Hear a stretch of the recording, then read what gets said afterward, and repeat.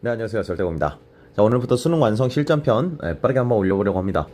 사실 구평에 연계 대비라는 걸 뭐 100% 해간다 이런 건 사실 큰 의미는 없기 때문에 지금까지는 계속 기출과 그리고 다른 지문들 뭐 사설이든 뭐든 연습하면서 기본적인 피지컬 키우는 거를 중심적으로 하고 쌤은 이제 지금부터 해서 수능 전까지는 어떻게든 전체적으로 다 좀 훑어보려고 해요.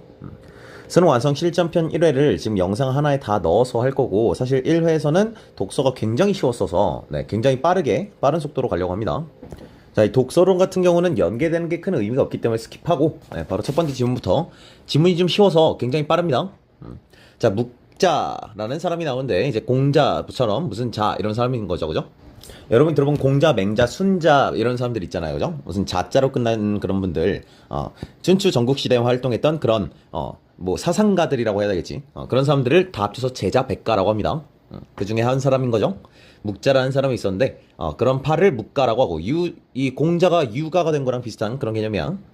묵자의 사상과 이를 담은 책들이 원래는 잊혀졌었다가 청나라 시대에 실증적인 구체적인 증거에 의해서 경서를 연구하는 고증학이라는 게 발달을 했대, 그지? 고증학이라는 거는 옛날 거를 공부하는 뭐 그런 거겠지, 그지? 증거하는 그런 거겠죠. 다시 주목받고 복원되었다. 묵자는 본래 유학을 공부했으나, 자, 묵자라는 사람은 원래 유학을 공부했었대요. 근데 이거 공부하다 보니까 어때? 농민과 같은 피지배층의 현실과 안 맞아. 그러니까 약간 유학은 이 묵자한테는 어떤 느낌이었던 거야? 양반을 위한 느낌 아닌가? 이런 생각이 든 거지, 그죠? 그래서 이들 농민과 피지배층에 관련된 삶에 도움되는 사상을 전개하고자 어떻게 한 거야? 아예 사상을 만들어버린 거예요. 그죠?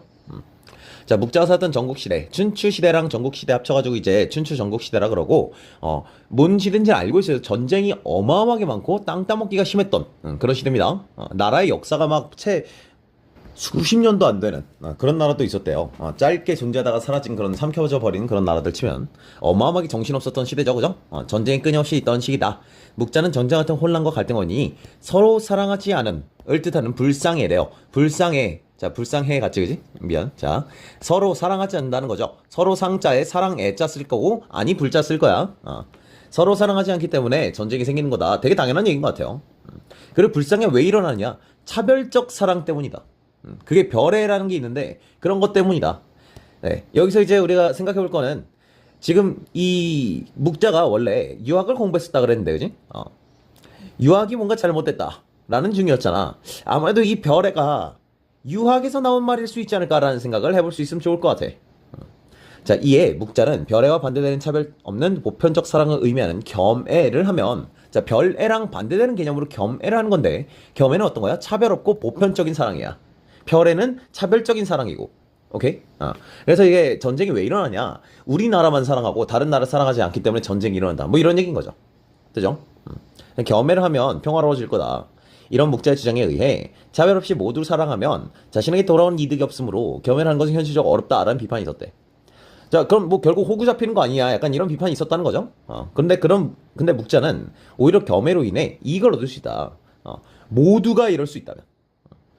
모두가 세상이 남을 위하고 자기 나라를 위하듯이 남을 위하고 이런 식으로 하면은 온 세상이 결국 이루어지지 않겠는가.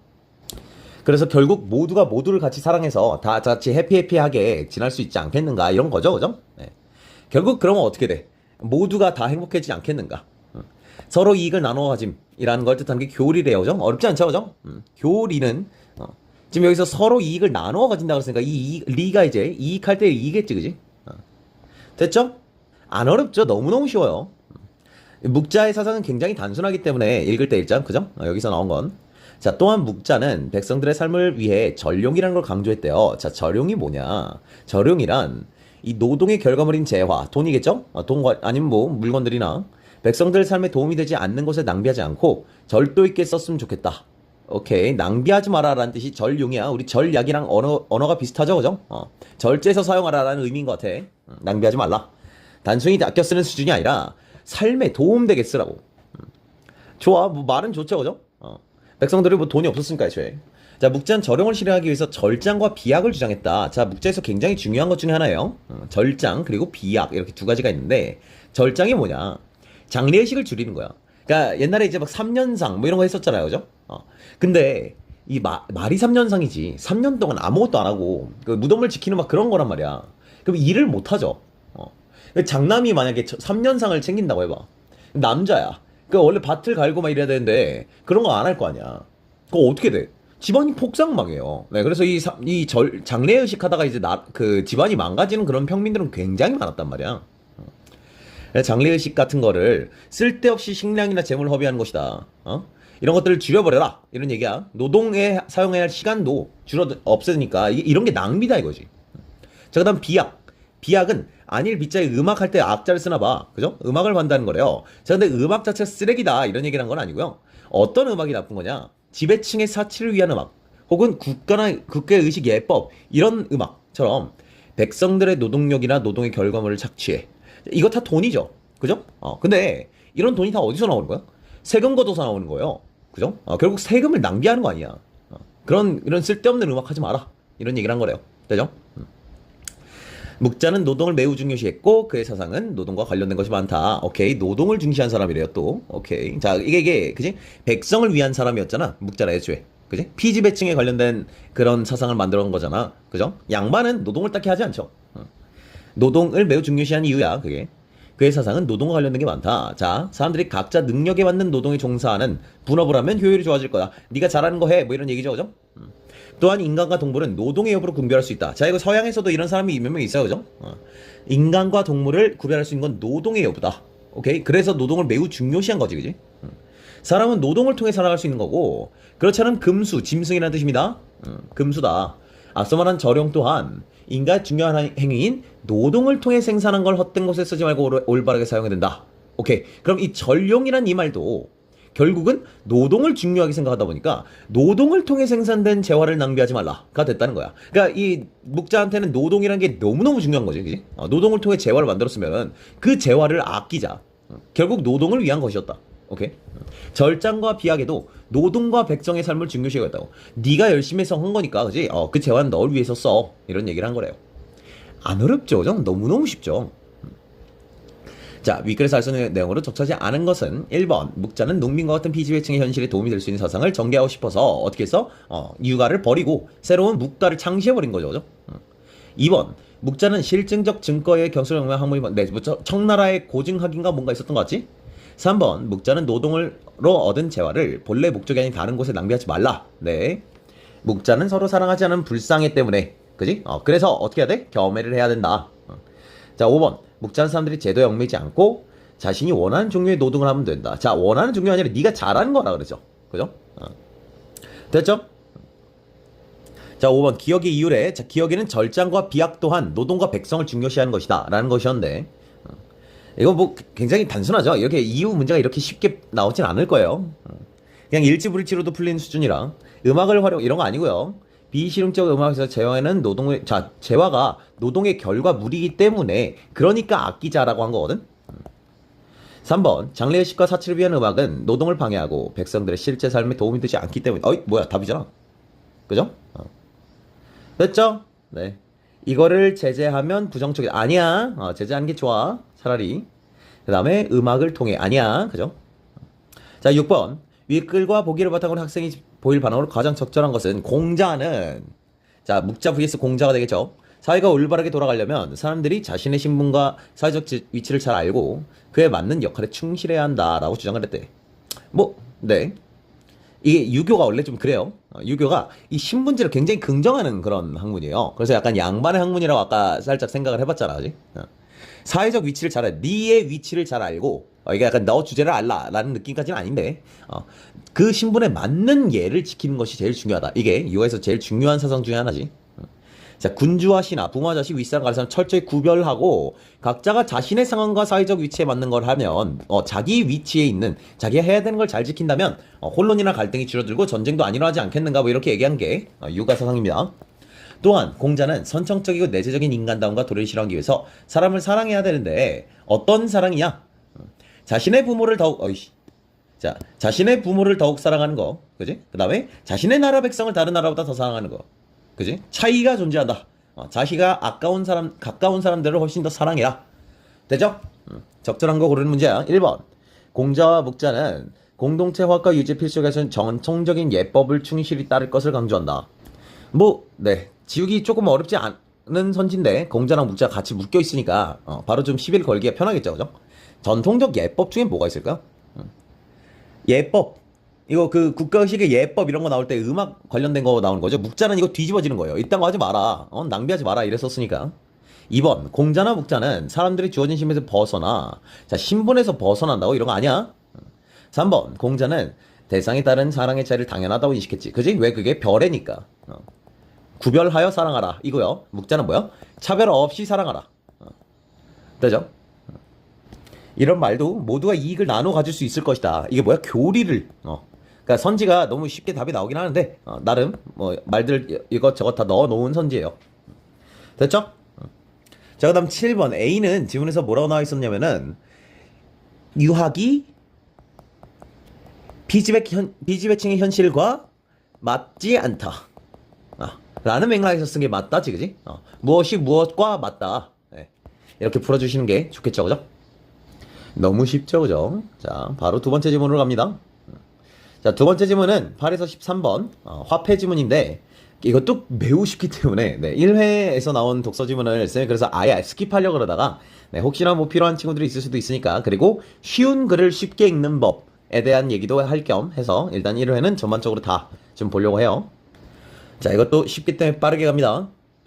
화폐가 생기기 전에 인간은 자, 재화를 스스로 생산하거나 물물 교환을 했다. 그죠? 자, 뭐 예를 들어서 벼농사를 지어서 쌀을 얻었는데 그 쌀이 너무 많으니까 쌀 좀 바꿔가지고 고기랑 바꿔오는 거지. 그죠? 하지만 물물 교환이 성공하려면은 자, 물물 교환을 했었는데요. 물물 교환을 하려면 내가 이제 고기를 필요로 해. 그죠? 원하는 시기가 있고 상대방이 필요면 내 쌀이 필요해야 될 거 아니야. 그죠? 그런 걸 욕망의 이중적 일치라 그러는데 야, 말만 어렵지. 뭐 좀 과해 보이지. 전혀 어려운 내용 아니죠, 그죠?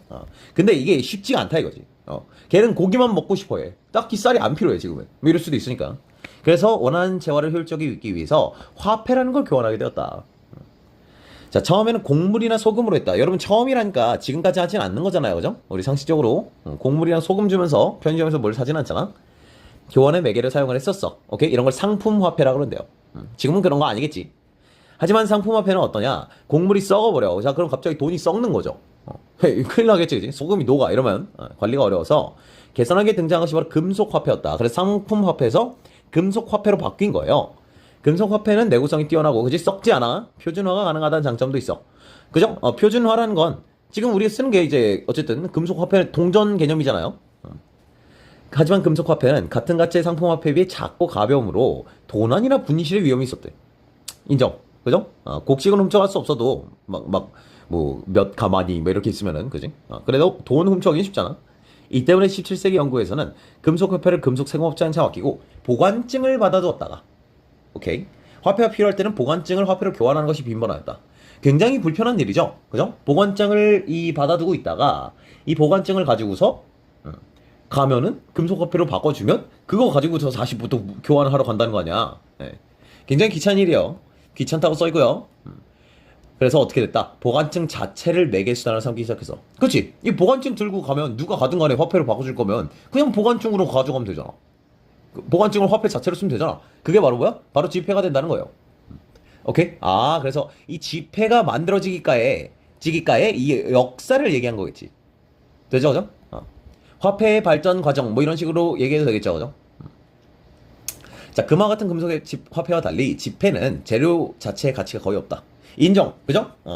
그래서 지폐가 등장한 초기에는 지폐 가치에 대한 신뢰를 높이기 위해 원래 신뢰가 없었다는 거지. 금속 화폐는 예를 들어 금화야. 그럼 금 자체로 그지? 가치가 있잖아. 근데 지폐는 사실상 종이잖아요, 그죠? 그래서 신뢰가 없었다는 거야. 이 신뢰라는 걸 높이기 위해서 어떻게 했느냐? 이 지폐를 발행한 은행이나 정부가 지폐 가치 상하는 금속을 은행이나 정부가 금속을 지폐와 교환을 해주었다. 오케이? 네. 이런 지폐를 태환 지폐라고 한대요. 그러니까 언제든지 내가 원하면 지폐를 금속으로 다시 바꿔주고 이런 걸 해줬다는 거죠, 그죠? 이런 걸 태환 지폐라고 한대. 여러분 이 태환, 금태환 하면서 이제 브레턴 우즈 지문에 나왔었던 내용이에요. 맞지? 자, 하지만 오른 날에는 지폐 가치 신뢰가 더 높아, 그죠? 자, 우리가 5만 원권을 딱 줬는데 어느 날 갑자기 5만 원짜리가 돈으로 인정 안 되면 어떡하지? 라는 의심을 하지 않는 거죠. 그래서 이제는 더 이상 금속으로 딱히 바꿔주지 않는다. 불환 지폐를 일반적으로 사용한다. 자, 여기서 얘기하는 이 금속은 우리 동전보다는 그죠? 금, 은 뭐 약간 이런 느낌이죠, 그죠? 어쨌든 딱히 교환을 은행이나 국가에서 해주지 않는다는 거야. 역사적으로 등장한 이러한 다양한 화폐들은 사회적 약속에 의해 재화의 교환을 원활히 매개하는 수단이란 공통점. 당연하죠, 그죠? 이런 교환의 매개수단과 이외에 다른 역할도 있대요. 다른 역할은 뭐야? 사회적으로 심각한 사태가 없는 한 너무 먼 미래가 아니라면 현재 화폐가 가진 구매력이 유지가 되어 화폐를 통해 현재 구매력을 미래까지 저장할 수 있다. 구매력을 저장할 수 있대요. 자, 지금 내가 구매할 수 있는 그런 능력을 미래에 저장할 수 있대. 돈을 갖고 있으면. 그죠? 그러니까 돈 갖고 있는 것 자체로, 그러니까 그래서 이제 돈을 열심히 벌어가지고 나중에 이제 쓰는 거잖아. 그죠? 그래서 가치의 저장을 할 수 있는 그런 수단이 될 수 있다. 매개 수단 말고도.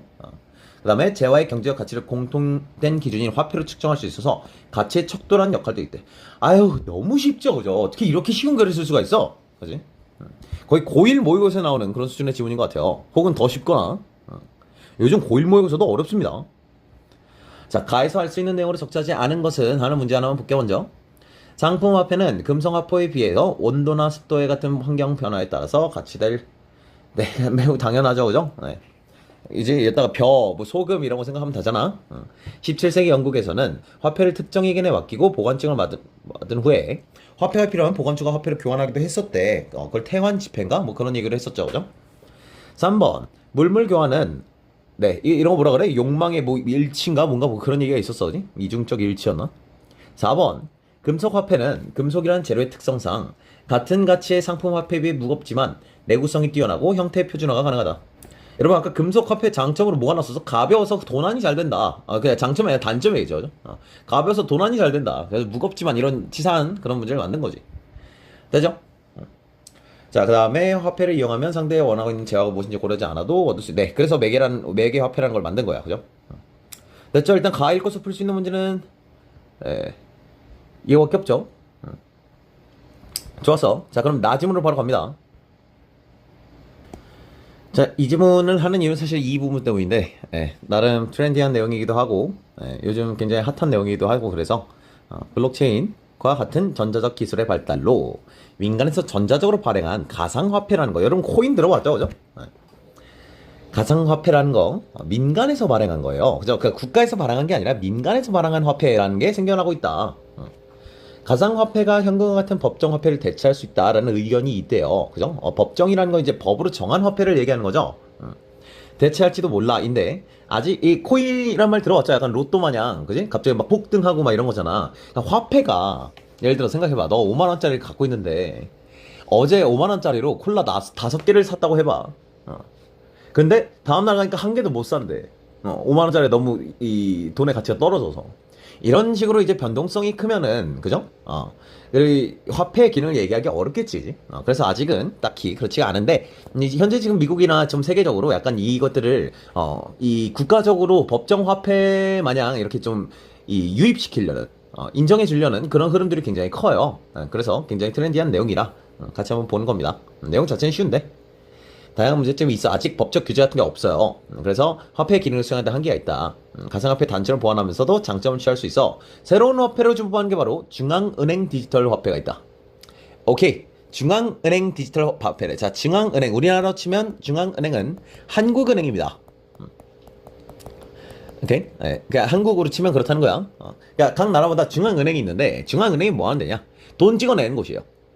그리고 금리 조정하고 막 이런 데요. 그러니까 약간 재무부 이런 느낌이라 생각하면 돼. 오케이? 네. 그러니까 이 중앙은행은 우리 은행이나 뭐 신한은행 이런 것처럼 이제 예금을 하고 이럴 수 있는 개념이 아니에요. 자, 중앙은행이 만드는 디지털 화폐다라고 했으니까 아까 우리 이 가상화폐는 어떤 거야? 민간에서 만드는 거죠. 그러다 보니까 이게 어떻게 돈이 막 하루에 막 5배까지 막 왔다 갔다 하고 막 그런단 말이야. 근데 이게 나라에서 찍어낸다 이거지, 그지? 기존 법정 화폐인 현금처럼 우리 5만원짜리처럼 중앙은행이 발행을 해요. 그리고 가치가 안정적이야. 그러니까 별로 왔다 갔다 안 하는데 실물이 없는 전자화폐. 오케이. 자, 어쨌든 제일 중요한 건 뭐야? 중앙은행에서 발행한단 말이고, 이거는 결국은 국가에서 발행한다는 뜻입니다. 그죠? 실물은 없어. 국가가 보급한 전자지갑 시스템을 통해서 보관 및 사용할 수 있으며, 보관 시에는 민간은행의 예금처럼 이자가 지급되기도 한대. 근데 그럼 사실 일단은 내가 읽었을 때는 이제 예금이랑 큰 차이가 있나? 이런 생각이 들어. 그냥 우리 돈이랑. 자, 중앙은행 디지털 화폐를 도입하면 장점이 있대. 자, 뭐가 좋냐? 실물이 없는 건 똑같은데 그냥 계좌에 찍힌 그거랑 뭐가 다르냐?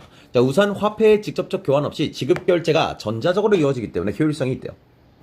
근데 그렇대요, 그죠? 네, 직접 교환 없이 근데 이건 뭐 카드 결제나 비슷한 거 아닌가? 어쨌든 효율성이 있어. 현금 사용보단 당연히 효율성이 있겠지. 실물이 없으니까. 자, 그 다음에 1번 이하에게 장점. 2번. 또한 거래 시 일반적으로 거래 정보가 남지 않는 현금과 달리, 자, 현금은 거래 정보 안 나와. 당연하지, 그지? 그래서 현금으로 탈세하고 막 그러잖아. 중앙은행 디지털 화폐는 거래 정보가 전자 시스템에 기록되도록 설정할 수가 있대요. 나라가 발급한 거니까 나라 마음이잖아. 그죠? 그래서 전자 시스템에 기록되도록 할 수 있어서 탈세 등의 범죄가, 방금 얘기했던 거죠. 그죠? 탈세 같은 거 못하게 한다. 기록이 다 남기 때문에. 오케이, 이게 두 번째야. 탈세 안 된다. 자, 세 번째. 중앙은행 디지털 화폐는 국가가 발행과 관계하기 때문에 안정성이 높다. 그쵸? 아무래도 그러겠죠. 그죠? 국가가 조정할 수 있으니까요. 자, 예를 들어 중앙은행 디지털 화폐와 민간은행이 관리하는 예금은 오케이. 우리가 지금 궁금했던 것 중 하나가, 그러면 그 통장에 찍히는 숫자랑 이 중앙은행 디지털 화폐랑 뭐가 다르냐 이 말이야. 전자 시스템을 통해 보관 및 거래가 이루어진다는 공통점 인정, 그죠? 하지만 민간은행이 파산해버린다. 자, 우리 이게 진짜 못 사는 나라나 이런 재무가 이제 왔다 갔다 좀 요동치는 그런 나라 있어요. 은행이 파산하는 경우가 있어요. 우리나라는 이제 사실 쌤도 그렇지만 당신들도 굉장히 어리기 때문에 우리나라가 나름 잘 사는 때 태어난 거란 말이야. 그래서 이게 상상하기 어려운데, 예를 들어 우리 은행이 파산했다고 해봐. 민간은행이 파산했다고 해봐. 그러면은 그 돈은 사라지는 거예요, 그냥. 얘네가 맡기고 있다가 그 은행이 파산해버리는 거라서 어디서 돌려받을 수가 없습니다. 상상이 하기 어렵지만. 근데 중앙 디지털 화폐는 어떤 거냐, 뭐가 다르냐 했더니 이게 다른 거야. 만약에 예금 같은 경우는 민간은행이 파산하잖아. 그럼 사라져버려. 근데 중앙은행 디지털 화폐 같은 경우는 어떠냐, 얘네는 현금처럼 국가가 관리하기 때문에 국가가 부도나지 않는 한은 괜찮다. 괜찮죠, 그죠? 국가가 파산해버리면은 뭐 돈을 못 줄 수 있겠지만, 일단은 민간은행이 하는 게 아니라 중앙은행이 국가가 보장해주는 거라서 괜찮다. 그죠? 그러니까 훨씬 더 안정성이 높다는 뜻인 거죠, 이거. 이게 좀 다르구만. 자, 그러나 중앙은행 디지털 화폐를 도입할 때 문제점이 생길 수도 있대요. 자, 문제점이 뭐냐? 일단은 중앙은행 디지털 화폐는 법정 화폐이므로 현금처럼 손쉽게 사용할 수 있도록 지원해야 되는데, 결제 단말기를 따로 만들어야 된대요. 그럼 뭐 그럴 수 있죠, 그죠? 단말기 보급을 따로 해야 되는데, 이거를 그렇다고 해서 뭐 각 가게한테 사라고 하기는 또 굳이 왜 사요? 이러면서 안 살 거 아니야. 그럼 이제 나라가 공짜로 저걸 지원해줘야 되는데 돈이 상당히 많이 들 거란 말이지. 또한 중앙은행 디지털 화폐는 전자 시스템을 통해 운용해서 해킹 같은 문제가 생길 수도 있다. 오케이? 네. 개인정보 유출의 가능성도 있다. 해킹되면 뭐 당연히 그럴 수도 있죠. 그리고 중앙은행 디지털 화폐 사용 시의 혜택이나 전자지갑 보관 시의 이자율에 따라 민간은행에 예치된 예금이 중앙은행 디지털 화폐로 대규모 전환될 수도 있다. 자, 뭐라고? 그러니까 중앙은행 디지털 화폐가 만약에 민간은행 예치 이 예금, 여러분 이거는 이제 당신들 그 통장에 조회하면 나오는 그 잔액 이런 거야. 그러니까 우리 은행의 그 저금 통장에, 예금 통장에 있는 그런 돈 이런 거 얘기하는 거야. 중앙은행 디지털 화폐 사용할 때 뭔가 혜택이 더 많아. 야, 혜택이 더 많아야 되겠지, 처음엔 최소한. 그지? 그래야 사람들이 이렇게 하면 할인이 된다고? 뭐 이러면서 쓸 거 아니야. 그죠? 이자를 더 많이 주거나 해서 이게 상용화가 되려면 기존에 쓰던 얘를 대체해야 되니까 뭔가 더 좋은 미끼가 있어야 될 거 아니에요. 당연히 처음엔 좋을 텐데 그럼 대규모 전환이 될 거 아니야. 그지? 근데 은행이 무슨 일을 하나 생각을 해봐. 은행 돈 보관하고 이자를 우리한테 주잖아. 그지? 이자를 받아먹지 않고 주지. 그지? 이 은행이 하는 건요, 보통 은행이 돈을 버는 건 어떤 거야? 대출을 줘서 그 대출 이자 먹고 사는 거란 말이야. 은행 시스템은 그래. 오케이? 은행이라는 게 돌아가고 돈을 버는 이유는 그 너네가 이제 예금을 하잖아. 그죠? 그럼 왜 너네한테 이자를 주냐면은 그 돈 빌린 값 주는 거예요. 물론 굉장히 조그맣게 주지만 돈 빌린 값을 주는 거야. 왜? 그 돈으로 나는 대출 사업을 하거든. 거기서 이자 어마어마하게 받은 다음에 한 쥐꼬리만큼 너한테 주는 거. 이게 이제 은행의 시스템이에요. 그러니까 은행은 사실상 나라 경제가 잘 돌아갈수록 사람들이 대출 많이 해서 집도 사고 할 거 아니야. 은행은 계속 돈을 버는 구조가 되는 거죠. 오케이? 됐죠? 네. 근데 대출할 수가 없게 돼. 자, 이게 대출을 해줄 수가 없어. 왜? 지금 다 중앙은행 디지털 화폐로 민간은행에서 돈 빼가지고 다 여기로 바꿔봐봐. 그럼 우리 은행이 이게 왜 애들한테 이자를 준다고? 돈 빌린 값으로 준다고 그랬잖아. 근데 그러니까 돈을 빌려 너네가 저금을 하고 예금을 해야 그걸 가지고서 다른 사람들한테 대출을 해주고 이자를 받아먹고 이렇게 되는 건데, 빌려줄 돈이 없게 되는 거예요. 그럼 일단 은행이 망가지죠. 은행은 일을 할 수가 없으니까. 그지? 돈 빌려주고 이자 받는 게 이제 은행의 주 사업인데 그걸 못하게 되는 게 일단 은행이 망하고, 두 번째는 뭐냐? 결국 얘들아 이게 현금 박치기 해가지고 살 수 있는 게 이제 자동차, 차, 뭐 집 이 정도 되면 불가능하단 말이야 거의. 보통 대출을 낀단 말이야 큰 거래에서는. 근데 대출 자체가 안 된다고 해봐. 자 개인이 대출하는 건 한계가 있는데 기업이면 막 몇 천억 단위일 수 있단 말이야. 그지? 기업이 이제 그 일을 해야 되는데 지금 갖고 있는 현금이 없으면 당연히 빌려서 해야 될 거 아니에요. 근데 그런 걸 아예 못 해봐봐. 민간은행이 다 망했어. 돈을 못 빌려. 그거 어떻게 돼? 경제 자체가 마비가 돼요. 그래서 이 금리를 올리는 거 있잖아요. 금리를 올리는 게 경기가 너무 과열됐을 때 금리를 올리는 거예요. 금리를 올리면 이자율이 빡세지니까 대출을 못해 사람들이. 오케이? 한 10억 정도 만약에 빌렸다고 해봐. 그러면은 한 달에 이자를 한 4, 500 정도 이자를 낸단 말이야. 은행한테. 이자만 4, 500만 원 정도를 내요. 10억을 대출하면은. 근데 이제 막 1000억 막 이렇게 대출하는 기업들은 이제 엄청나게 많은 돈을 이제 은행한테 주겠지. 그지? 근데 만약 그 이자가 2배로 올라와. 대출 안 하죠. 그런 식인 거야. 금리를 올리면은 경기가 조금 누그러지는 게 그런 이유야. 이해되죠? 어쨌든. 그래서 경제 악화될 수도 있다. 그지? 다 여기로 쏠려버리면. 자, 여기 기업 되어 있는데 뭘 물어보는지 모르겠고. 중앙은행 디지털 화폐는 다양한 장점을 지니고 있지만 아직 기술적이나 법적 보완이 필요해. 해킹당할 수도 있고, 그죠? 아직 법이란 게 만들어진 것도 아니고, 그죠? 그래서 좀 잘 준비해야 된다. 됐죠? 자, 8번 문제부터 볼게. 자, 8번 문제. 1번 선지. 가는 화폐가 등장하게 된 배경이라. 아이, 가능하죠, 그죠? 물물 교환하다가 이제 힘들어가지고, 화폐가 등장하게 되었다. 이런 얘기 했었고. 나는 가상화폐 법정화폐로 인정하게 된 배경이다.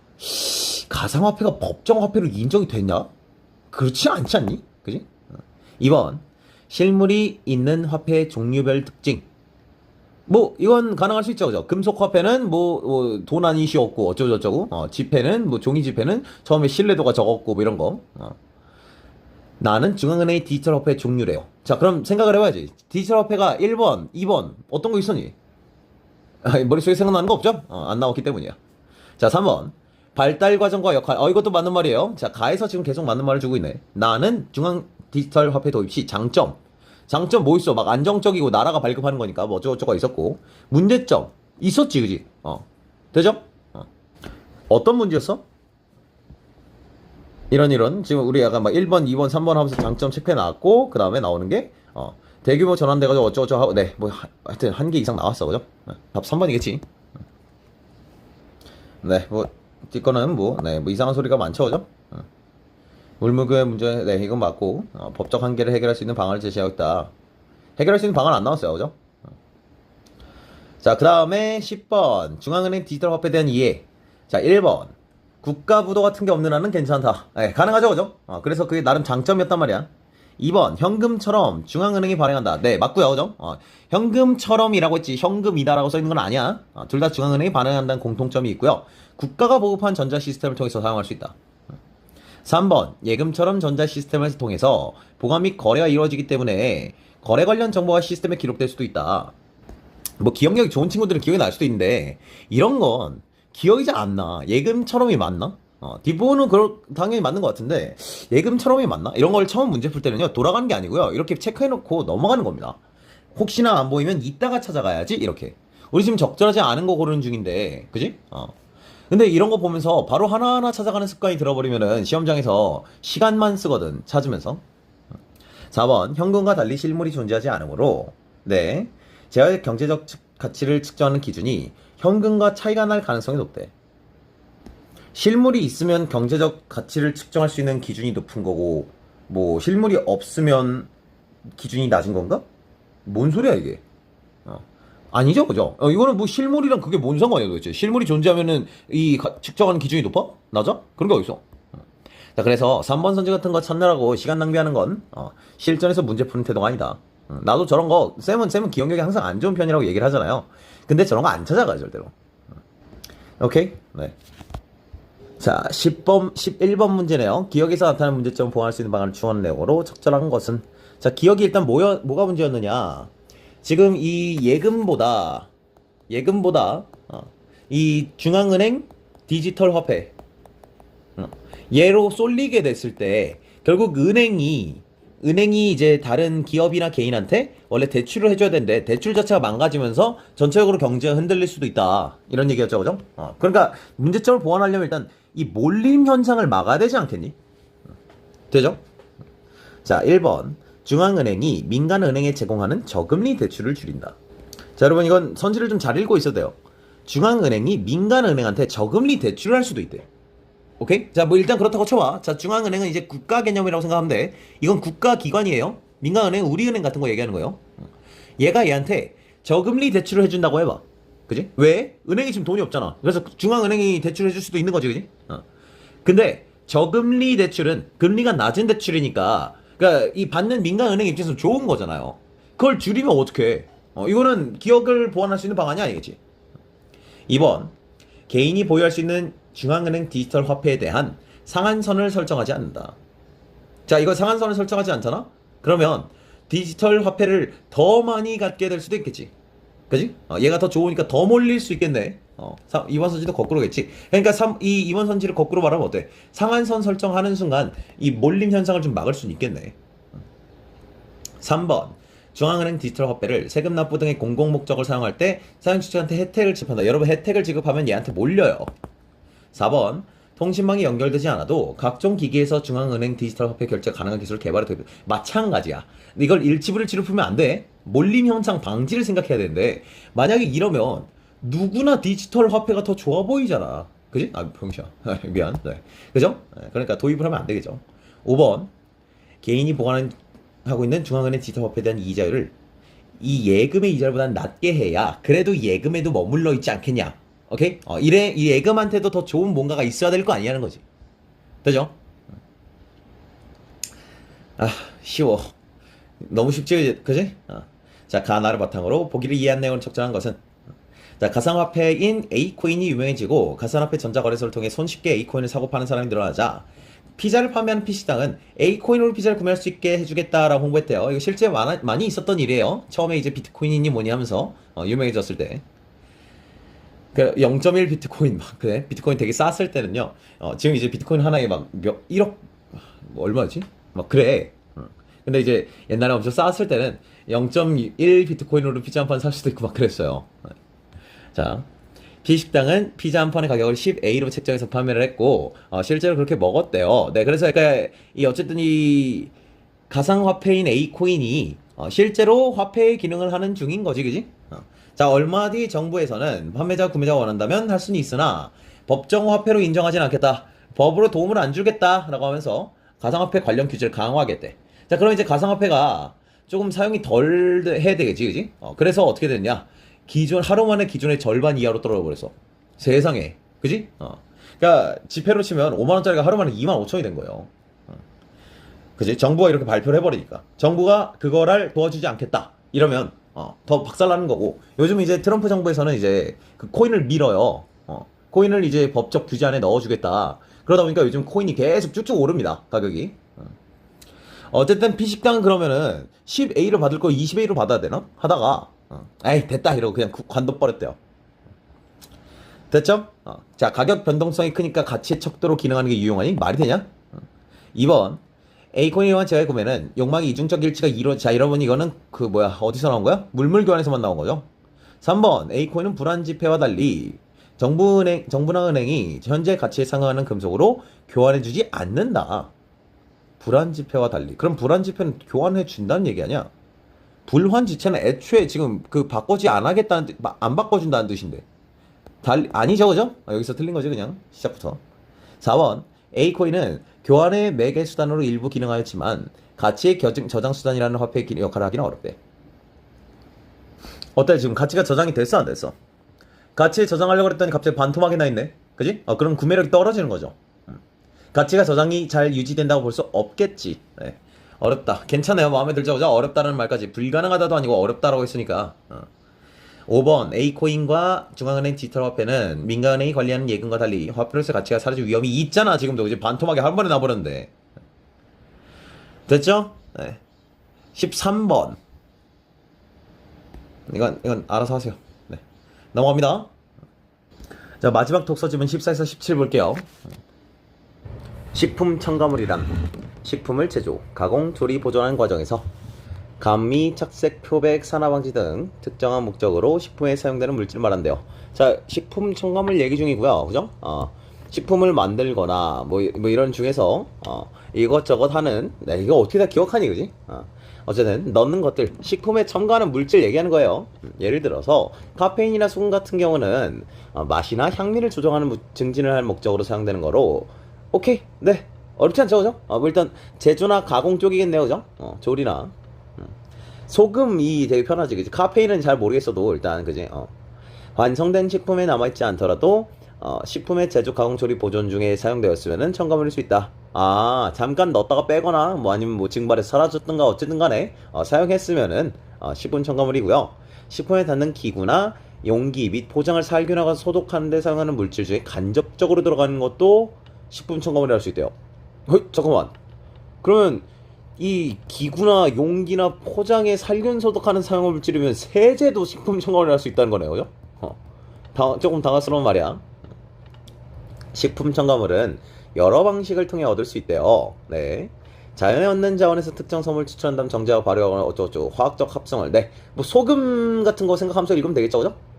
화학적 합성을 통해서 얻은 식품 첨가물은 자연에서 구할 수 있는 물질일 수도 있대. 그리고 자연에서 구할 수 없는 물질일 수도 있대요. 아이고 야, 이런 거 나오면 이제 선지로 뭐 나오겠니? 그게 굉장히 쉽죠 그죠? 그래서 문제로 뭐라고 나올 거냐? 자연에서만 구할 수 있는 거니 이런 식으로 혹은 자연에서 구할 수 없는 물질이기만 하냐 이렇게 둘 중 하나 A or B다라는 식의 서술이 나온다면은 선지에서는 only A냐 라고 문제로 나올 가능성이 굉장히 높은 부분이겠죠. 식품 첨가물은 다양한 목적을 위해 사용될 수가 있대요. 네. 자 일단 첫째로 1번 특정한 식품 가공 공정에 꼭 필요해서 제조를 위해 사용할 수 있대요. 네 1번 꼭 필요해서 제조를 사용하는 경우 껌의 제조에는 씹을 때 점성이 있고 녹지 않는 껍질 껌 기초제라는 게 필요하대. 오케이 당연히 중요하죠 그죠? 껌 기초제가 없으면은 껌이 없을 테니까. 두부의 제조에는 콩을 갈아 만든 콩물을 단단한 조직으로 만들어주는 응고제라는 게 필요하다. 오케이 이 응고제나 아니면 껌 기초제 이런 게 없으면은 두부나 껌은 만들 수가 없잖아 그죠? 그래서 필수적인 무언가 제조할 때 반드시 필요한 가공 공정에 그죠? 이 가공한다는 게 이런 거죠 그죠? 뭔가를 새로운 뭔가로 만들어주는 거잖아. 자 둘째 보존이나 저장을 하는 경우가 있을 수 있대요 그죠? 식품 첨가물인 산화방지제를 사용해서 지방질의 산화로 인한 독성 물질의 생성을 막는 것 안 어렵죠 그죠? 굉장히 쉬워요. 자 세 번째 기호성일 경우가 있다. 향료나 향미 증진제 냄새 좋아지게 하는 뭐 그런 게 있을 수도 있고 그지? 착색료 색깔을 더해줘서 즐거움을 더해주는 거 등이 기호성이 있을 수 있대. 뭐 예를 들어서 뭐 있을까요? 딸기가 하나도 안 들어간 딸기 음료수 같은 거 있잖아 그죠? 뭐 딸기 우유 같은 게 딸기가 없다고 쳐봐. 근데 색깔이 하얗면 별로 안 좋아할 수도 있잖아. 그래서 빨간 색소를 넣는 거 같은 거. 넷째, 식품 자체에 부족하게 된 영양소나 식품 가공 중 손실된 영양소를 보충하기 위해 사용될 수가 있대요. 유제품 가공 중에 손실된 칼슘을 인위적으로 첨가하는 것. 우유 같은 거네요, 그죠? 우유를 근데 가공을 해버리면은 원래 우유는 칼슘이 있어서 먹고 막 이런 이유도 있는데 칼슘이 사라져 버린단 말이야. 그래서 칼슘을 또 따로 넣는다는 거지. 괜찮죠, 그죠? 하나의 식품 첨가물을 식품 제조 시에 한 가지 목적을 위해 사용할 수도 있지만 동시에 여러 가지 목적을 위해 사용할 수도 있다. 네, 이것도 마찬가지죠, 그죠? 선지는 뭐로 나올 거야? 이게 지금 약간 계속 A일 수도 있지만 B일 수도 있다 이러고 나오면 항상 선지에서는 보통 only B니, only A니 막 이런 식으로 묻는다는 거야. 됐죠? 한 가지 목적일 필요 없다. 여러 가지 목적이어도 된다 정도로 기억하고 넘어가면 될 것 같아. 모든 물질은 섭취량에 따라 우리 몸에 부정적 영향을 미칠 수 있는데 오케이 네 식품 첨가물도 마찬가지야. 자 예를 들어 뭐 색소를 개 많이 먹으면 몸에 좋지는 않을 거 아니에요 그죠? 소금도 마찬가지고요. 카페인도 마찬가지잖아요. 자 우리가 흔히 섭취하는 식품 첨가물도 많은 양을 섭취하게 되면은 인체에 해가 될 수 있다. 자 여러분 이 부분이 이제 연계가 된다면은 이 아랫부분이 연계가 될 가능성이 매우 높겠죠. 위에 거는 뭐 있으나 마나한 수준으로 너무 쉬운 내용이라서 아랫부분 유의 깊게 한번 봐주면 좋을 것 같아. 즉 우리가 흔히 섭취하는 식품 첨가물도 많은 양을 먹게 되면 해가 될 수 있대요. 네 똑같은 얘기고요. 특정 물질의 안정성 및 유해성을 얘기를 할 거래요. 이런 거는 해당 물질의 섭취나 투여에 따라 유해 반응이 나타난 실험 대상의 비율을 나타낸 용량 반응 곡선이라는 걸 알 수 있대요. 오호 실험을 해봤나봐 그지? 이런 물질을 얼마나 섭취하고 얼마나 투여하면은 유해 반응이 나타나는가 이런 실험을 해본 그런 비율인데 그게 바로 용량 반응 곡선이에요. 문제로 나오겠죠? 식품 첨가물 또한 용량 반응 곡선을 통해서 안정성 및 유해성을 파악할 수 있다. 뭐 몇 그램 먹으면 죽는다 뭐 이런 식으로. 식품 섭취량은 식품 종류에 따라 다를 수 있기 때문에, 그죠? 야, 이건 뭐 어렵지 않죠, 그죠? 당연히 뭐 예를 들어 뭐 초콜릿을 먹어.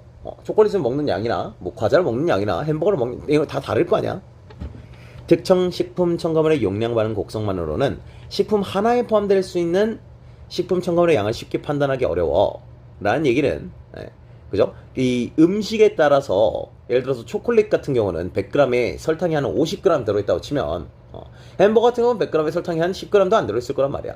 뭐 이런 거 얘기하는 거죠, 그죠?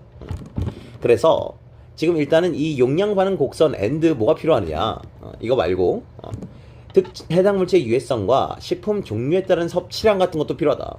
종류도 생각을 해야 된다. 그죠? 그래서 종류별로 그 무게당, 방금 얘기했던 햄버거 100g당 이런 거야.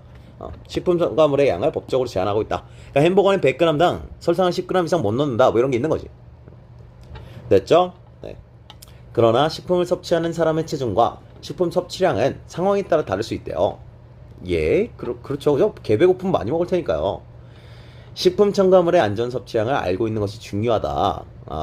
자, 오케이. 자, 일단 식품 섭취량이나 식품을 이 사람의 체중이나 이런 건 다 다르니까 애초에 이걸 알고 있는 게 중요하긴 한다.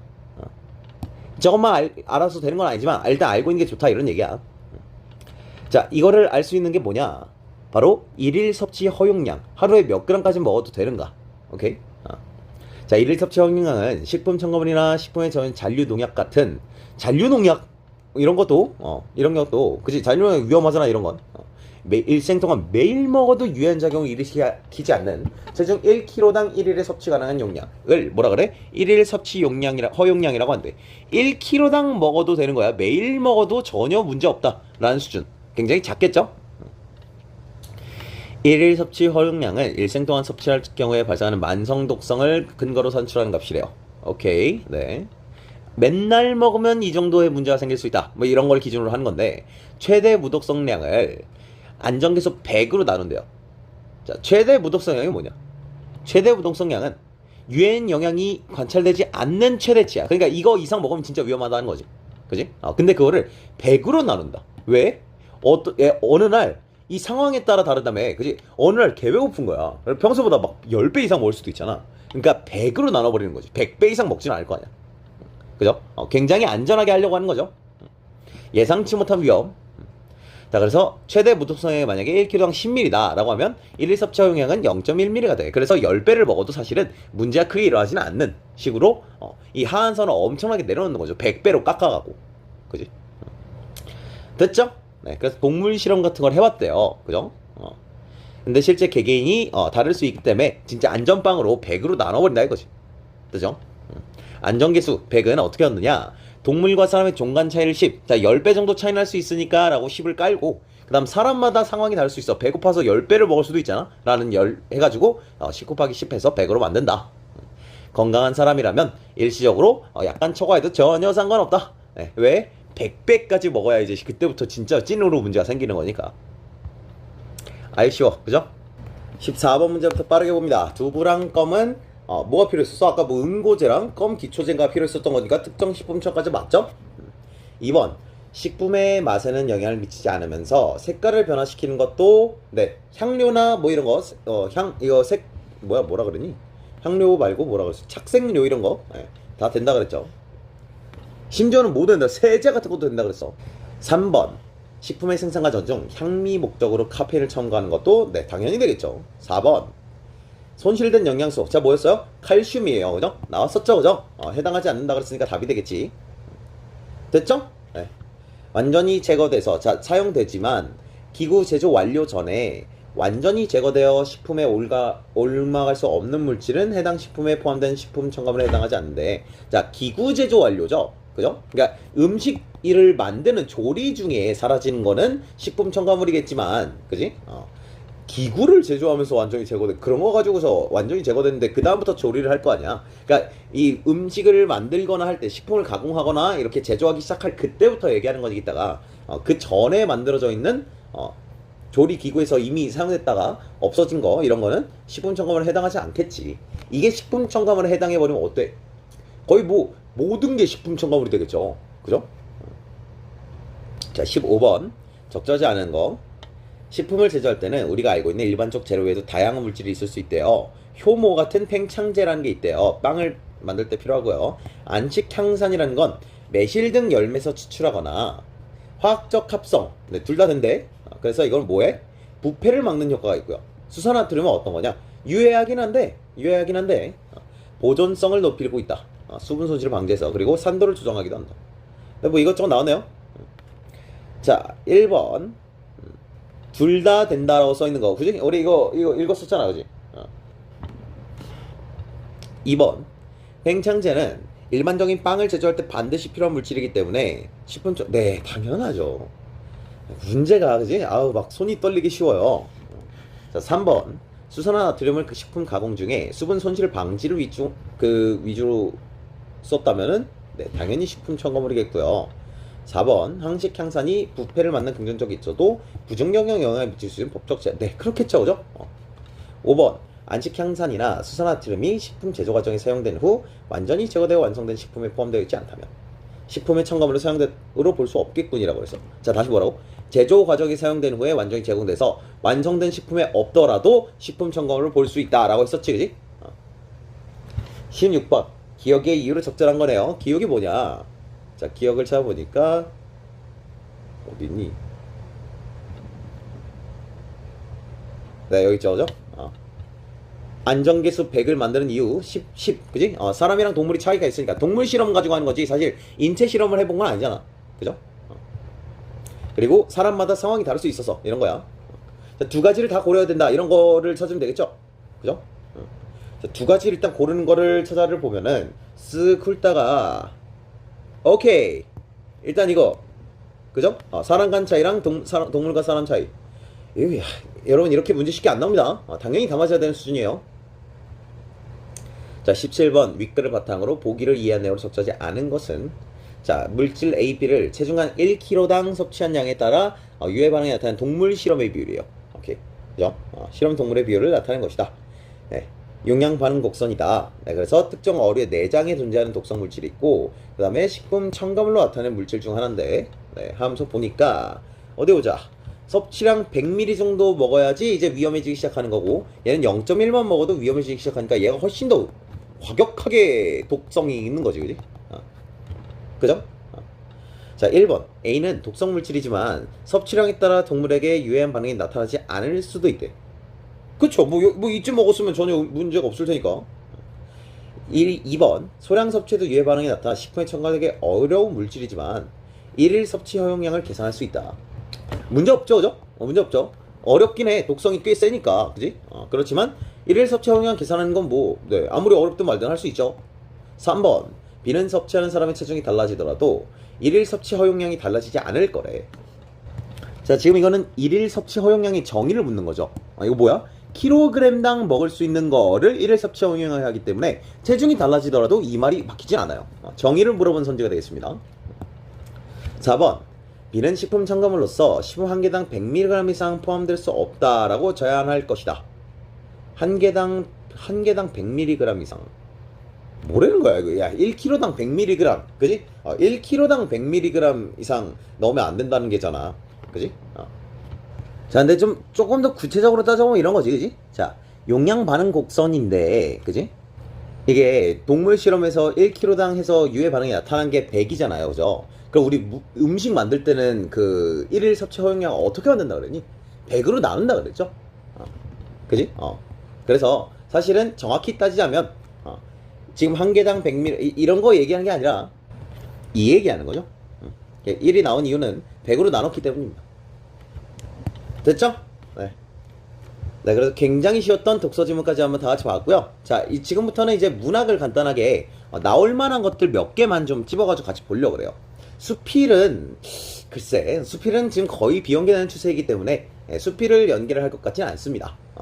그래서 수필을 하지 않고 시들 중에서도 소설이나 시에서도 약간 얘는 볼만하다. 그리고 이건 솔직히 개인적으로 안 나올 것 같아 한번 배제하고 해서 나올 만한 애들과 문제들 위주로 한번 보면서 해석을 좀 해볼게.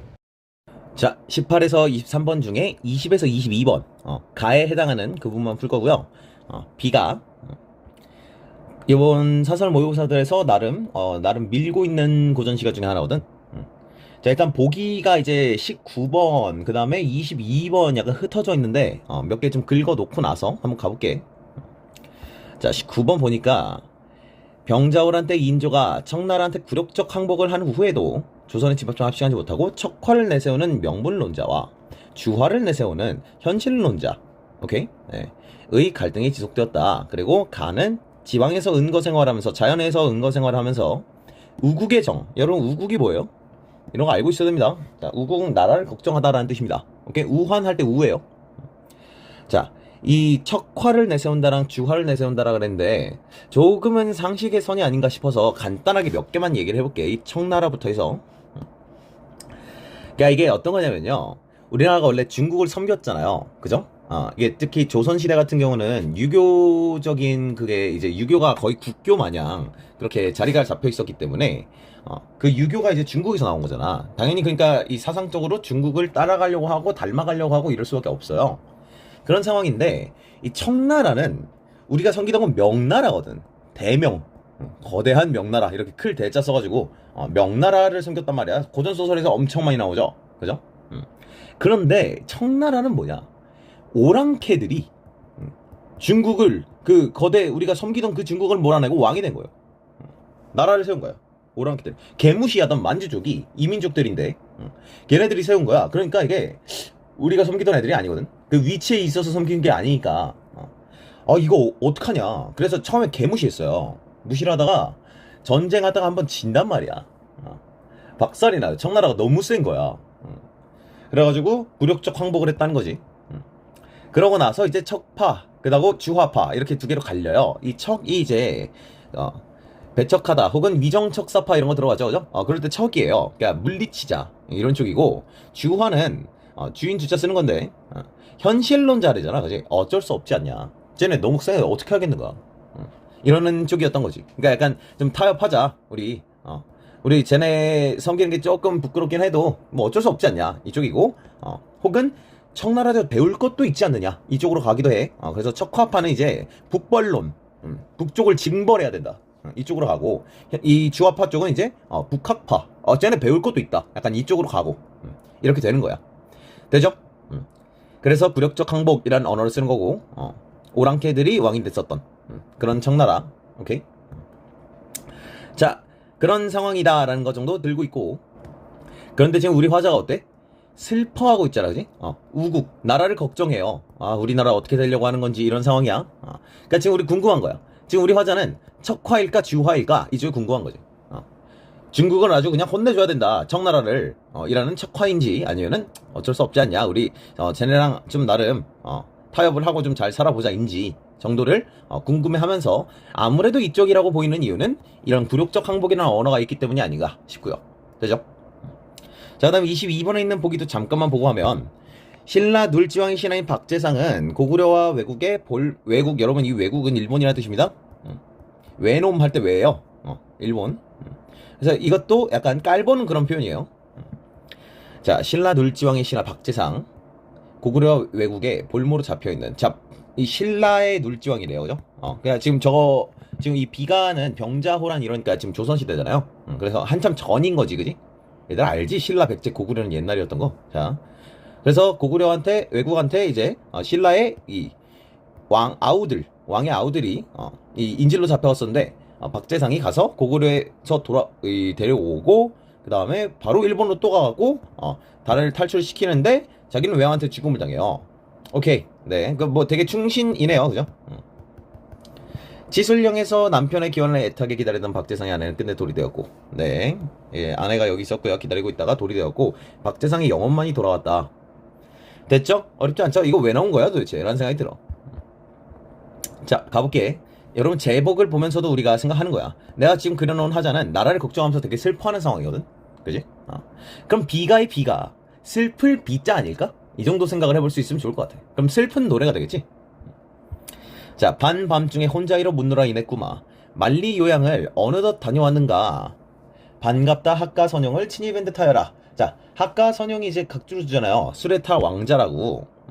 자, 그러면 지금 이게 아무래도 왕자를 친히 밴드 타대니까 왕자가 실제 지금 멀리 있는 거겠지. 그치? 그러니까 꿈에서 왕자를 본 거예요. 되죠? 꿈에서 왕자를 보면서 진짜 직접 본 것 같다 반갑다 이러고 있는 중이야. 풍설 섞어 친날에 묻노라 북래사자야. 자, 북래사자도 북쪽에서 온 사신이라는데, 자, 우리 이거 지금 그럼 청에서 왔다고 읽어도 되겠지, 그지? 우리 중국이 북쪽인 거 알죠? 네. 자, 청나라에서 온 사자한테 소해 용환이 얼마나 추우신가. 소해 용환도 왕자래요. 그러니까 이게 왕자가 비유 같은 거 아니고 진짜 왕자 얘기하는 거지. 그럼 지금 왕자가 어떤 상황인 거야? 청나라에 볼모로 잡혀간 거야. 이해돼요? 조선의 왕자가 볼모를 계속 갖고 가야 이제 까불지 못할 거 아니야. 그러다 보니까 강한 나라가 이제 이긴 다음에 이렇게 볼모로 잡아가는 경우가 굉장히 흔했죠. 왕자가 지금 청나라에 가 있는 상태인 거고, 그래서 꿈에서도 보고 다른 청 쪽에서 온 사자한테도 묻는 거지. 우리 왕자 얼마나 추워하시느냐. 고국에 못 죽는 고신이 눈물겨워하노라. 자, 고국에 못 죽는 고신이 눈물겨워한대. 이 고신은 누구겠어요? 본인이겠죠. 그죠? 눈물겨워해. 자, 못 죽는다 이런 표현이 뭐냐. 잘 생각을 해보면 얘네 그 약간 말투가 그렇잖아. 좀 죽여주시옵소서 이런 거 있잖아. 그죠? 그러니까 못 죽는 고신이라는 거는 내가 지금 거의 죽을 죄를 지은 그런 거다. 자, 물론 얘가 직접적으로 잘못한 건 아니겠죠. 그러나 그러니까 결국 왕자를 지키지 못하고 나라가 이제 굴욕적인 항복을 하고 이런 건 신하의 불충이다. 막 이쪽으로 이제 약간 좀 과장하는 그런 거란 말이야. 근데 죽지 못해 또. 왜? 지금 죽으면은 나라 걱정할 사람이 없거든. 그래서 차마 죽을 수는 없는 상황이야. 이런 표현인 거야. 되죠? 어쨌든 고신이 눈물겨워하고 있다가 이런 얘기고, 박재상 죽은 후에 임의 씨름 알 사람이 없다. 자, 박재상 아까 읽었던 친구죠. 충신, 그죠? 자기 목숨을 바쳐서 뭐 물론 나라는 다르지만 신라의 그 왕의 아우들을 다 구출했던 그런 사람이야. 그 박재상이 죽은 후에는 임의 씨름, 임금 얘기하는 걸 것 같고 알 사람이 없다. 이역춘궁을 뉘라서 모셔오겠는가. 이역춘궁 또 보니까 뭐래? 춘궁이 왕세자래. 왕자란 뜻이잖아. 그럼 이역 뭐겠니? 청나라에 있는 뭐 이런 뜻 아니겠니? 그지? 뉘라셔 모셔오겠는가. 자, 그러니까 지금 이 박재상처럼 그 충신이 자기 목숨을 희생해가지고 이제 가가지고 데려올 충신이 없다는 거죠. 그죠? 지가 하면 되지 않나? 자, 얘는 은거하고 있기 때문에, 그죠? 그래서 자기가 할 수는 없는 그런 상태인 거야. 자, 지금의 치술령 귀혼을 못내 슬퍼한다. 치술령의 혼이 귀환했다 이런 뜻이겠죠. 아까 보기에서 나왔던 영혼만이 돌아왔다고 전해진다 그런 부분인 것 같아. 조정을 바라보니 무신도 하 많아라. 여러분 무신할 때 무신이겠죠. 그죠? 칼 쓰는 사람들 무신이 많다. 자, 신고한 화친을 누구를 두고 한 것이냐. 자, 화친을 누구를 두고 한 것인가. 슬프다. 조구리가 이미 죽으니. 자, 충신이란 뜻이래요. 참승할 이가 없대요. 높은 이를 호위해서 수혜를 같이 탈 그럴 사람이 없대. 신고한 화친을 누굴 두고 했는 것인가. 슬프다 이러고 있으니까 그러면 화친 한 게 슬프다는 거네. 맞아? 그러면 우리 화자 척화인 거 괜찮아? 그지? 이 굴욕적 패배감을 이제 돌려줘야 된다. 공격하자가 약간 이쪽인 거. 이래? 화친이 슬퍼하는 중이니까. 되죠? 구렁에 낳는 풀이 봄비에 절로 길어서 아는 일 없으니 그 안이 좋겠는가. 자, 구렁에 낳는 풀이 봄비에 절로 긴데 이거 그릴 수 있지, 그지? 풀이 지금 비에 막 절로 길고 있는 거야. 아는 일이 없으니까 안이 좋겠는가. 우리는 너희 말 못하여 싫은 경우한데. 자, 그럼 이 너희는 뭐예요? 풀이겠죠. 그죠? 풀은 쭉쭉쭉 잘 자라는데 우리는 너희만 못해갖고 싫은 경우 한다. 우리는 지금 아주 나라가 박살나 있거든. 그지? 이거사 어린 거사 잔말하지 마라. 칠실의 비가를 뉘라서 슬퍼하겠는가 하고 있어. 칠실의 비가는 신분에 맞지 않는 근심이라는 뜻이래요. 네, 그렇죠? 그럼 어린 거사라는 이 어린 것은 아무래도 뭐 양반이 아니다. 약간 뭐 이런 쪽 아닐까 싶어요. 네, 일단 어디서 탁주 한잔 얼어 이 시름을 풀까 하노라. 자, 술이나 먹어야지. 어떡하냐? 이러면서 끝나는 내용이죠. 별 내용 없죠, 그죠? 자, 20번 1수랑 2수의 표현상 특징 물어보는 거죠. 그죠? 자, 1번을 보니까 반어적 표현을 통해서 현실의 부정적 측면을 강조하고 있다라고 읽고서 이거는 내가 좀 이따가 찾아가든가 말든가 해야지 하고 패스를 합니다. 자, 문제 풀 때 이렇게 하는 거야. 너가 진짜 기억이 나거나 아니면 바로 볼 수 있는 게 있고, 반어적 표현이나 뭐 음성 상징을 사용했다 이런 것들은요 하나하나 확인을 하러 가야 되거든. 근데 그런 사소한 것들에 대한 확인은 최대한 보류를 하는 게 좋아요. 그래야 이제 시험 볼 때 쓸데없이 서칭해서 하는 이 낭비하는 시간을 줄일 수가 있어. 부정적 측면 강조한 건 뭐 당연히 맞겠는데 이게 반어적 표현이 있는지는 확인을 나중에 해봐야 돼. 의문의 방식. 여러분 이런 건 바로 찾아갈 수도 있는 거예요. 왜? 문장 끝만 보면 되거든. 오케이? 근데 뭐래? 타인이 지닌 삶의 태도를 비판하고 있대. 지금 여기서 나온 타인의 잘못된 타인이 뭐가 있을까? 무신 정도 되겠거든. 그죠? 그럼 이제 그 무신에 관련된 그 부분에 의문문이 나왔는가? 뭐 이 정도 해보면 돼. 자, 그런데 우리 A의 포용상 특징인데 A엔 그런 상황이 없었어요. 그죠? A엔 그런 상황이 없었어요. 그래서 타인이 지닌 삶의 태도를 비판한다. 이거는 시 전체에서 물어봤으면 어려운 문제가 됐겠지만 지금 A 부분에서 물어보는 거기 때문에 돌아갈 이유가 없다 라는 생각을 할 수 있으면 좋겠고 3번 보자마자 자연에서 얻은 깨달음이 이딴 내용일 리가 없는데 라고 지을 줄 알아야 돼. 오케이? 이게 바보처럼 여기에다가 시간 투자하고 있으면 안 됩니다. 의인화한 소재의 말을 건네는 방식으로 화자의 그리움을 이거 완전 그런 시 아니야? 왕자가 그리워. 그지? 그럼 의인화한 소재 이거는 확인해 보러 가야 되겠지. 그지? 그래서 지금 찾을 게 반어적 표현이냐 의인화된 소재냐 이건데 당연히 얘가 훨씬 잘 보일 거야. 그래서 의인화된 소재가 있는가? 라고 하고 잠깐 가보는 거지. 아 여기 있네 이렇게. 지금 이게 꿈한테 야 꿈아 언제 너 말리를 다녀왔니? 이러고 있는 거잖아. 그지?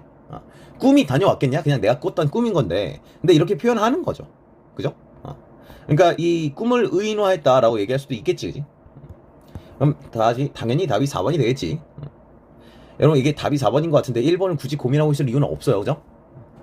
이 의인화가 어떤 것까지 의인화라 봐야 되는가라는 질문이 있을 수 있어서 그냥 간단하게 몇 개만 좀 주면 사물이나 동물에 인간의 정서를 가 있는 존재인 것처럼 대하는 거를 의인화라 그래. 근데 참 애매하단 말이지. 자 예를 들어서 멍멍이가 있어.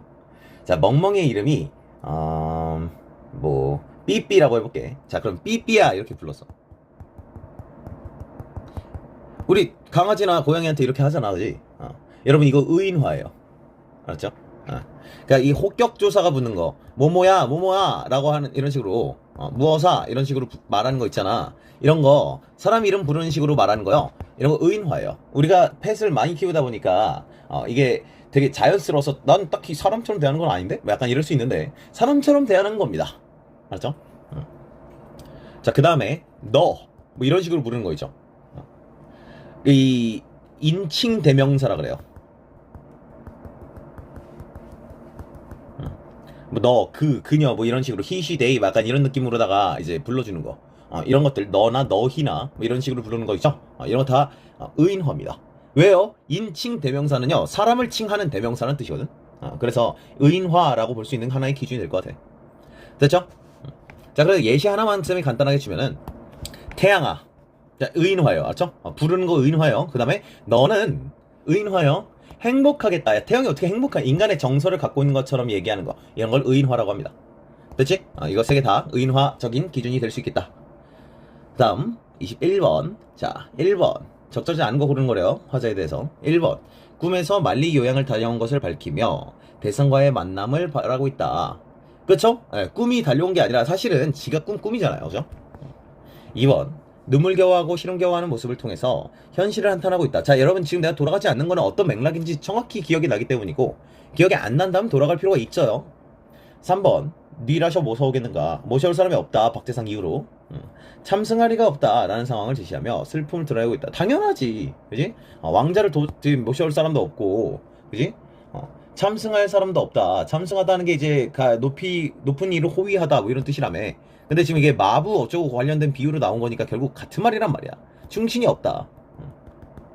4번 어린 것에 대해서 잔말하지 말라라고 훈계하면서 무신을 본받길 바란대. 너가 독해를 좀 잘했으면 이 무신은 본받을 대상이 아니라는 걸 알 수 있어. 오케이? 네. 자 그 다음에 22번 A랑 B에 대한 얘기를 해요. 자 A는 임금을 얘기한다고 볼 수 있겠지. 그 다음에 B는 뭐니? 치술령 기혼이야. 치술령 기혼. 이거 귀혼. 돌아온 영혼. 그죠? 그럼 박재상의 영혼을 B라고 하면 되겠죠. 자 1번 볼게. 화자가 자신과 동일시하며 애정을 쏟는다. 자 이거 1번 골라가지고 신나가지고 틀린 경우들이 있을 것 같은데 뒷부분에만 힘을 주고 앞부분은 그냥 뭐 그러려니 하는 식으로 넘어가는 경우 임금이랑 자기가 동일시 된다고? 여러분 그런 게 쉽지가 않습니다. 자, 그거는 어떻게 보면은 굉장히 임금한테 충으로서 임금을 대하는 사람이 감히 하면 안 되는 일이기 때문에. 2번 B는 화자가 문제 상황 해결과 관련하여 떠올리는 바람직한 대상이니 박재상의 영혼이. 박재상의 영혼이 문제 상황이 뭐니? 문제 상황이 어떤 거야? 지금 왕자가 볼모로 잡혀갔잖아. 그지? 그런 상황에서 지금 박재상의 영혼을 떠올리는 게 바람직한 당연하지. 그지? 그래서 너가 이 치설령 귀혼이란 말만 읽고 나면은 저게 뭐지? 싶었을 텐데 이걸 박재상의 영혼으로 읽어봤으면 사실 문제가 없죠. 그죠? 계속 지금 이 상황에서 박재상 말곤 떠오르지가 않는 거잖아.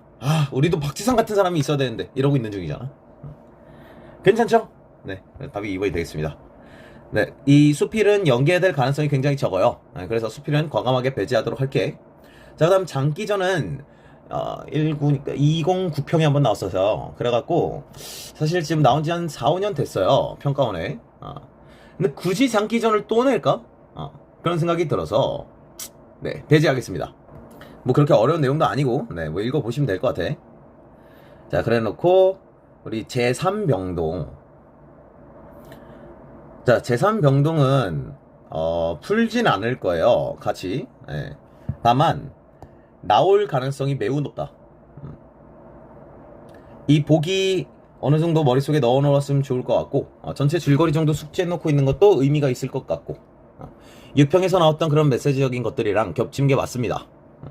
굉장히 많아요. 지금 이렇게 약간 좀 대립되는 무언가와 인간 소외, 이거 이제 6평에 나왔던 플로리디 지문이랑 연결되는 그런 부분이 많은데 그 다음에 인간 소외를 극복할 휴머니즘. 올해 주제는 약간 이쪽이거든. 그래서 얘가 굉장히 나올 가능성이 높은 굉장히 많은 사설 모의고사들을 주목하고 있는 현대소설이고 당신들이 이거를 꼭 한번 읽어보고 풀어보고 했으면 좋겠어요. 쉬워서 사실은 뭐 읽을 때 뭐 이게 어려운 부분 발췌한 것도 아니어서 네.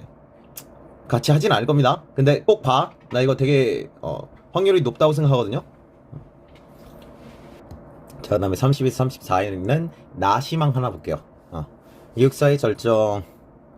글쎄, 난 이거 나올 거라 생각이 들지는 않아서 네, 그리고 솔직히 어려운 시가 아니어서 여러분들이 충분히 혼자 할 수 있어야 된다고 생각을 하고 나시, 김지아의 새라는 조금 낯선 시 하나만 같이 볼게.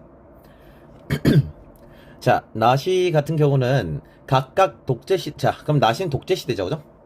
시대적 차이가 있지만 지금 당대 사람들이 자유와 희망을 잃어버린 상황이에요. 독재시대에. 오케이? 네. 자, 나의 화자는 고통스러운 자신의 상황과 대비되는 존재를 들어. 자, 여러분 생각해놔야 돼요. 그려놓고서 머릿속에 지금 우리의 화자는 어떤 상황이야? 자유와 희망을 잃고 있고 굉장히 속상하고 힘들고 독재시대니까, 그지? 군부 독재 이런 거 떠올리면 되잖아, 그지? 막 군인들이 돌아다니고 막 밖으로 함부로 못 나가고 막 이런 상황을 만들면서 되게 답답한 상황과 이 대비되는 존재가 뭔가 있대요. 물음표야. 그러니까 이렇게 보기에서 빈칸을 주는 경우가 있어요. 대비되는 존재가 있다, 이런 식으로. 그럼 여러분들이 이 빈칸을 만들어 놓고서 바로 어디로 가야 돼? 제목으로 가야 되겠지. 그 제목에 있는 그 단어가, 명사가 여기 들어갈 가능성이 매우 높거든. 오케이?